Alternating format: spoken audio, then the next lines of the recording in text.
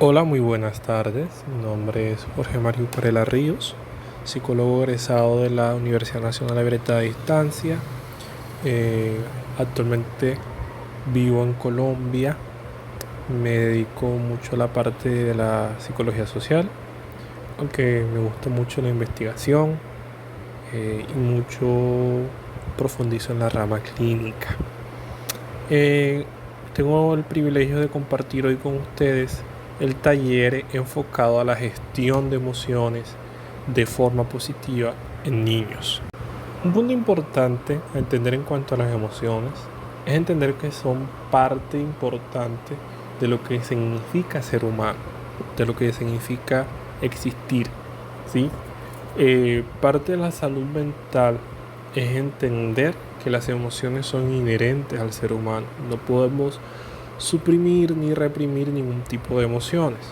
Obviamente, cada uno de nosotros aprende a gestionar esas emociones, a expresar esas emociones en la medida que vamos creciendo cultural, social y biológicamente, ¿sí? Todos esos factores influyen en el proceso de crecimiento. Entonces, no podemos exigir a un niño que gestione sus emociones cuando nosotros aún no hemos empezado a inculcar esas habilidades en ellos, y mucho menos porque biológicamente hablando ellos aún no están en la capacidad total, digamos, de poder gestionar sus emociones, ¿sí? En una edad temprana, generalmente la parte del cerebro que predomina es la parte más antigua, o como suelen decir algunos, reptiliana, ¿sí? La parte más basal del cerebro. Ya en la medida que una persona va madurando biológicamente, pues obviamente su cerebro va creciendo y también va aumentando el neocórtex, que es digamos, una parte fundamental en cuanto a la gestión y expresión de emociones de forma madura. Obviamente un niño pues no tiene desarrollado del todo esta parte de su cerebro, y pues obviamente hay, digamos, una dificultad en la gestión de emociones. Por eso sus reacciones tienden a ser más primitivas. Sin embargo, pues desde pequeños sí podemos irles inculcando este tipo de costumbres o acciones para que ellos puedan gestionar estas emociones de forma positiva. Ahora, en primer lugar, nosotros como padres debemos entender y conocer las emociones de nuestros hijos y su función, ¿cierto? Entonces, aquí entran 4 fases importantes, que la primera es conocer, reconocer, es la segunda, tercera legitimar y cuarto, pues utilizar las estrategias para regular esa emoción. Nosotros debemos estar en la capacidad, como personas maduras que son, de poder reconocer a través de los gestos y comportamientos de nuestros hijos o niños qué emoción están expresando, si es alegría, si es amor, si es ira, si es sorpresa, si es tristeza, si es aversión, si es miedo, si es vergüenza.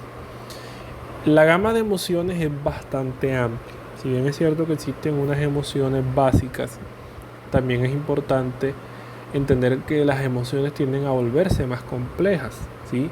Entonces debemos aprender a reconocer esas emociones, incluso teniendo en cuenta que es una parte importante, digamos, de la inteligencia emocional. Conocer, digamos, esas emociones que están presentes en ellos, ¿sí? Para poder saber cómo encauzar esa emoción de una forma sana, ¿sí? Porque si no, pues sencillamente, al no tener claro qué emoción está sintiendo el niño o la niña, pues obviamente no voy a poder actuar en forma consecuente para responder ante esa emoción, y también para poder corregir algún comportamiento que entiendo que no está eh, aceptado socialmente hablando, por decirlo de esa forma. Quiero que profundicemos un poco más en la parte neurológica o neuropsicológica de las emociones. Hablando biológicamente, en un individuo neurotípico, ¿qué función tienen las emociones?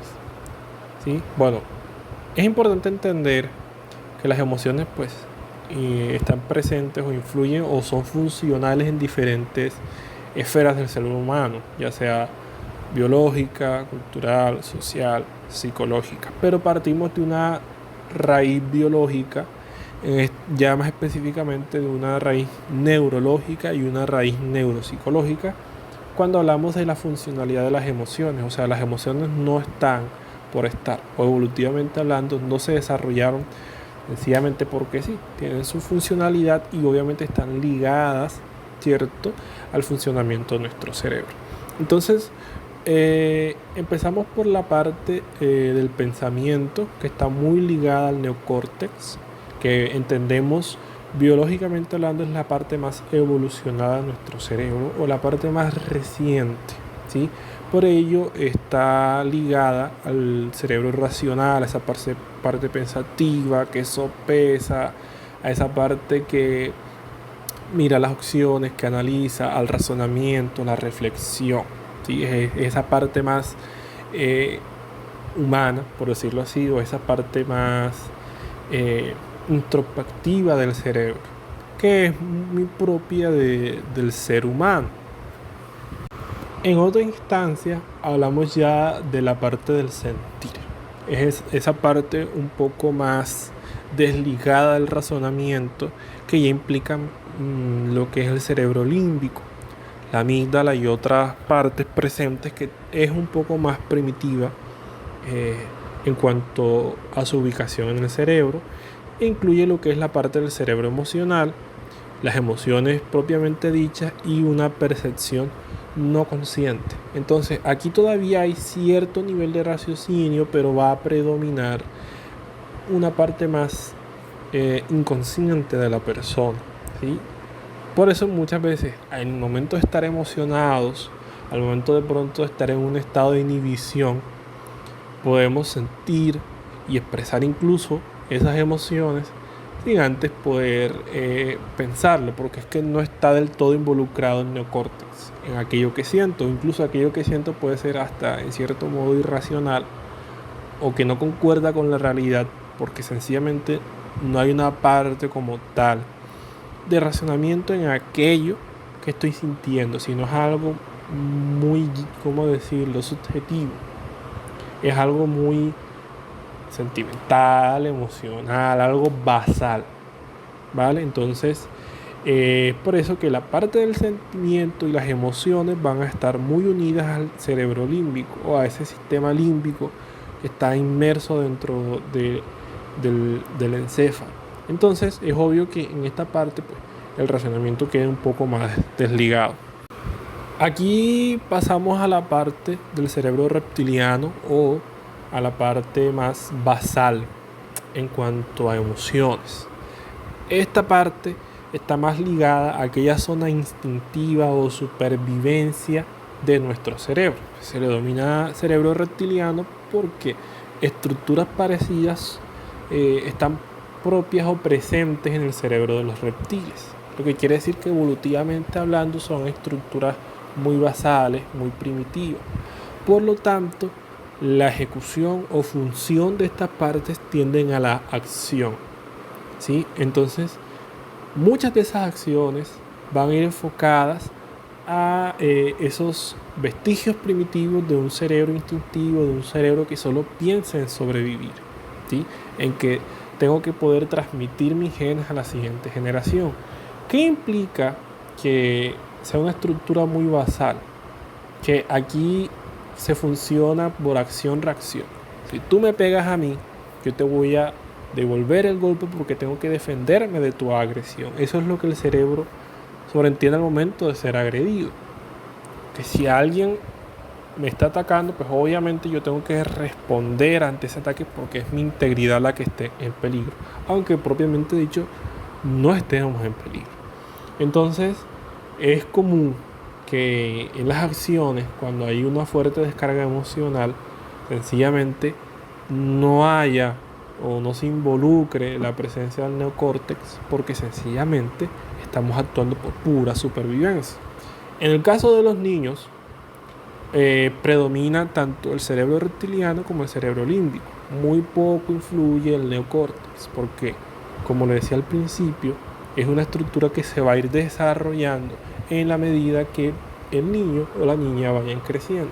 ¿sí? Entonces, en una edad temprana, pues ellos van a actuar más por lo que sienten, por supervivencia, que por raciocinio, ¿sí? Entonces, nosotros como padres o como adultos debemos entender estos puntos para poder trabajar en ellos. No podemos exigirle a un niño de 5 años, de 1 año, de 6 años, que actúe como una persona en completo desarrollo biológico, porque no están en la capacidad biológica de responder al igual que nosotros. Incluso nosotros como adultos muchas veces actuamos de forma infantil porque nos dejamos llevar por nuestras emociones y sentimientos, cuanto más un niño o una niña que pues, está en una etapa temprana del desarrollo. Ahora, entrando a la parte de las estrategias, ¿sí? Para trabajar propiamente ya con ellos, iniciamos en la estrategia número 1, que es darle una narrativa a lo que está sucediendo. ¿Qué implica eso? Que debo identificar qué me pasa, entiendo qué emoción estoy sintiendo. Un punto importante en cuanto a la educación emocional es el entrenamiento emocional, es enseñarle al niño qué siente, ¿sí? Porque obviamente ellos no están en una capacidad en la que puedan reconocer sus emociones. Sí, y pues ya viene siendo labor del adulto es enseñarle esto. Mira, esta emoción significa enojo y sucede cuando pasa esto y esto. Alegría porque pasa esto y esto. Una estrategia que suelo mucho utilizar cuando trabajo esta parte con niños es utilizar emojis o caritas o dibujitos que representen esa emoción, ¿sí? Si lo queremos hacer más didáctico, podemos recortar esos dibujitos, pegarles en una paletica y decirle a nuestros hijos, bueno, mira, esta carita significa que estás enojado. Cuando estés enojado puedes levantar esta carita y yo voy a entender que estás enojado, ¿sí? Por poner un ejemplo de una estrategia X, pero hay muchas formas. Sin embargo, ayuda mucho, enseñar esa parte. También implica el ser empáticos como adultos, entender sus emociones. A veces olvidamos que nosotros también fuimos niños. Y es entender que de pronto nuestra perspectiva de adulto, lo que esté generando su malestar emocional, es algo que sencillamente no vale la pena o es insignificante, pero que para ellos importa, desde su cerebro, desde su psique, es relevante lo que está sucediendo. Entonces, ponerme los zapatos de ese niño, de esa niña, para poder comprender su emoción. Tengo que poder identificar qué emoción está expresando mi hijo, ¿sí? Si, por ejemplo, es en caso de que está expresando enojo, ¿cómo lo expresa? Si con llorar, si con rabieta, gritos. Identificar qué métodos utilizan ellos para poder expresar esa emoción y de allí poder trabajar. La segunda estrategia va enfocada al control de las emociones, es decir, ayudar a los niños a manejar aquellas emociones que están sintiendo, ¿sí? Y controlar no significa limitar ni significa suprimir, significa canalizar de forma positiva eso que están sintiendo los niños. Entonces, lo primero y más importante es dejar que ellos expresen, dejarles o permitirles que expresen esas emociones, no reprimirlas. Yo no puedo ver si el niño está llorando, gritarle, decirle no, niño malo, porque llorar no es propiamente malo o decirlo de otra forma dañino. Al contrario, la expresión de una emoción, sea tristeza, sea impotencia, etc. En segunda instancia, debo tener la capacidad de escuchar, ¿sí? De reflexionar. Como padre o madre o docente, debo también poder ofrecer una ayuda ante aquello que ellos están sintiendo, validar esa emoción, hacerle entender que es importante, que le estamos prestando atención, que ellos deben sentir esa emoción, ayudarle a identificar esa emoción y pues sencillamente buscar soluciones o alternativas de forma conjunta para que esas emociones funcionen de una mejor manera. Aquí también entra la parte del ejemplo. Como adulto, ¿qué ejemplo estoy dando yo en cuanto a la parte de emociones? Porque si yo como adulto no he trabajado esa inteligencia emocional, la gestión adecuada o de gestión positiva de emociones, pues obviamente me va a ser imposible transmitir estos conocimientos cuando no los tengo. Para yo ayudar a controlar las emociones, tengo que hacerme una pregunta reflexiva, y es: ¿estoy en la capacidad como persona adulta de identificar mis emociones? Si sé identificar de pronto la tristeza de la melancolía, o la alegría del gozo, o la euforia, ¿sí? Miremos en nuestro bagaje como seres humanos, no propiamente profesionales, sino como seres humanos del diario vivir, qué tan conectados estamos a nuestras emociones. Recordemos que nosotros venimos de una construcción familiar, social, cultural, en la que las emociones estaban relegadas a una segunda instancia. En el caso, digamos, del género masculino, es muy típico en algunas regiones que se le obliga al hombre a suprimir sus emociones, porque ser hombre, culturalmente hablando, está asociado a la idea de no manifestar emociones. El hombre no puede llorar, no puede expresar de esta forma, no puede manifestar cariño, ¿sí? Porque se ha malentendido el concepto de masculinidad. Entonces, miremos qué tan conectados estamos nosotros como adultos a las emociones. Si propiamente nosotros no expresamos rabietas, o si de pronto no decimos las cosas de forma adecuada, sino que al contrario explotamos, agredimos, lanzamos expresiones que hieren a otras personas o incluso a nuestros propios hijos.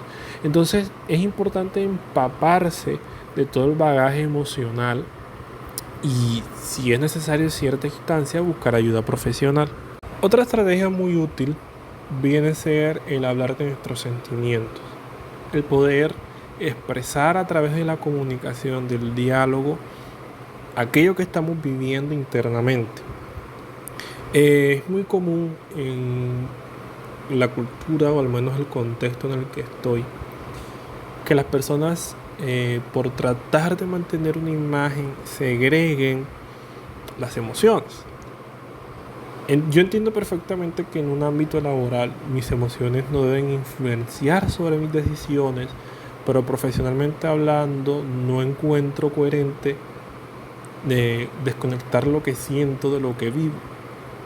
Al contrario, yo debo expresar lo que siento, no tener que mentir al respecto, ni utilizar, entre comillas, una máscara emocional que no permita o no deje ver a otros aquello que siento, que muchas veces esa estrategia se suele asociar a debilidad, cuando al contrario es un símbolo de inteligencia emocional, el poder reconocer lo que yo siento y expresar a través de mis palabras eso. Ahora, de pronto muchas personas aquí se preguntarán: ok, pero ¿cómo expreso esas emociones? No precisamente tiene que ser por el habla, pero suelo recomendar mucho aquellas expresiones artísticas donde plasmen a nuestra perspectiva esas emociones. Ejemplo, la escritura, la pintura, la música, ¿sí? Por hablar algunos ejemplos. Son disciplinas o artes que permiten al ser humano transmitir al mundo exterior lo que hay en su interior. No precisamente hay que ser profesionales, obviamente sí hay que desarrollar algunas habilidades en algunas artes, pero no tiene que ser precisamente para algo, para otra persona, por decirlo así, o para un público, sino sencillamente para mí.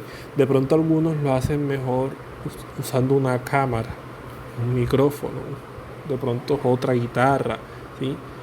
La idea es que nosotros encontremos nuestro propio método para expresar emociones, y de esa misma forma ayudemos a nuestros hijos a expresar esas emociones, a descargar eso que ellos están sintiendo, y que les permita fluir en ese andar emocional.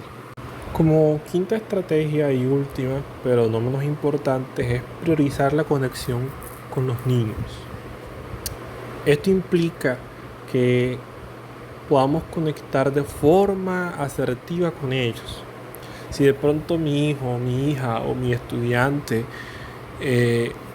o yo como profesional que estoy atendiendo un niño, Soy ese foco de atención para ese niño, para ese niño al momento de priorizar o de expresar sus emociones, pues démosles la atención que ellos necesitan al momento que ellos se estén comunicando con nosotros. No puede ser asertivo que ellos se acerquen al adulto y el adulto esté de pronto o trabajando o mirando el teléfono o atendiendo otras cosas. Al momento que ellos decidan abrirse a nosotros, debemos manifestarles, mostrarles que para nosotros lo que ellos están viviendo o sintiendo es importante. Entonces, los niños mayores necesitan conectarse con nosotros para regular sus emociones. Papá o mamá muchas veces va a ser ese estabilizador emocional. Puede que lo sea un hermano, una hermana, un familiar o un adulto responsable que conecte mucho con ellos. En muchas ocasiones ese adulto va a ser ese estabilizador emocional, por lo tanto es importante que la atención que le brindemos sea 100%. Que implique contacto físico, si hay esa posibilidad, un abrazo, una caricia en el cabello, una caricia en la espalda, obviamente en zonas que no irrespeten la intimidad que tienen ellos como individuos, que también haya un contacto visual permanente entre el adulto y el niño, y también que haya una validación verbal de parte nuestra, ¿sí? Que también vaya enfocado a calmar lo que ellos sienten, en el caso de que sea una emoción negativa. Implica también saber poner límites cuando sea necesario, ¿sí? Pero tampoco que sean límites inflexibles, sino que sean adaptables. Recordar que cuando no permitimos que nuestro hijo se disguste, estamos, sin darnos cuenta, poniéndolo más difícil que aprenda a manejar sus emociones. En otras palabras, si le enseñamos a reprimir emociones, estamos cultivando el terreno perfecto para un adulto disfuncional. Listo, entonces eso es todo lo tratado por este tema. Agradezco su tiempo y que podía abordar el tema de la mejor forma posible. Un saludo para todos y un abrazo.